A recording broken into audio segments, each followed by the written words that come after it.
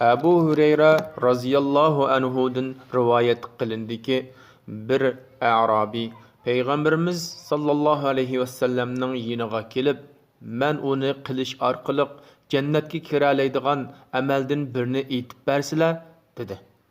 Payg'ambarimiz Muhammad sallallohu alayhi vasallam Allohga hech narsani shirk keltirmay ibodat qil.